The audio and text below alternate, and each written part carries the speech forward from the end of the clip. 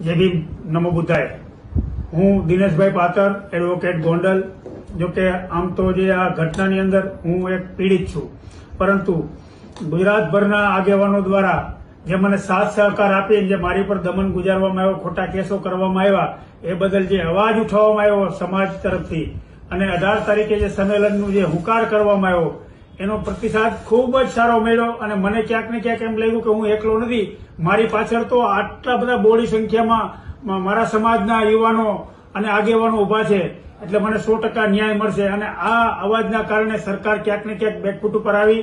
અને એમના અધિકારી એટલે કે રેન્જ આઈજી સાહેબને સૂચન કરવામાં આવ્યું અને રેન્જ આઈજી સાહેબ દ્વારા એસપી સાહેબને કહેવામાં આવ્યું કે ભાઈ એમના આગેવાનોની મિટિંગ કરી એમની શું માંગણીઓ છે સાંભળો, પોઝિટિવ હોય તો એ માંગણીઓ સ્વીકારો। અમને એને આજ રોજ જેતપુર મુકામે ડીવાયએસપી કચેરી ખાતે